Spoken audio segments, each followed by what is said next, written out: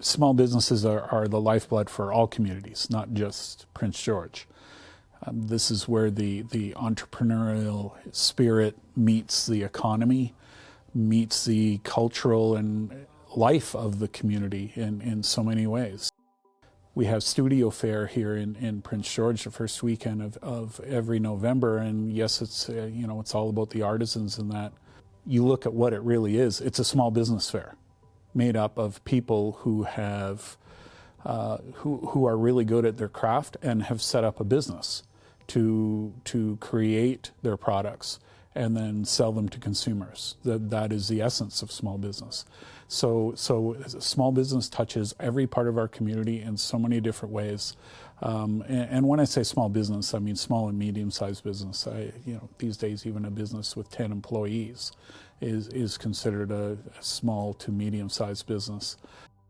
The two biggest issues are the first one really is the cost of living. This is not just a consumer issue, this is a business issue in that rising costs are putting a squeeze on businesses because, and that's often dismissed by people as, well, they'll just pass on the costs to the consumers, except that they want to stay competitive.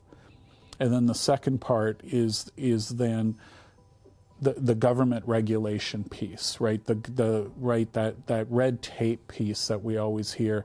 And it's pretty easy for consumers to say, well, that's not really that big of an issue. Yeah, ask a home builder or ask, again, any small business that is required to do all of the regulatory paperwork and all of that. It's not easy, it's time consuming, and it costs money. But I'm not saying that those regulations are necessarily bad, but find a way that instead of giving businesses incentives to grow their businesses, one of the best incentives you could give is to streamline regulations and make it easier for businesses to operate. All of the parties tried to frame themselves as small and medium-sized business friendly, but then a lot of times in a lot of different ways, and I mean this across parties, regardless of who's in government, the platitudes fall away to the challenges of governing, the pressures of governing, and of course they're trying to generate tax revenue, and well, the easiest way to generate tax revenue is through taxes, and consumers, that is voters, aren't so crazy about passing more and more of those costs on to them. I think in 2024, the best outcome that I would like is that government realizes that the status quo is unacceptable for a lot of people for a lot of different reasons. Whether that's the cost of living, whether that's public safety, whether that's environmental regulation, on a whole host of fronts.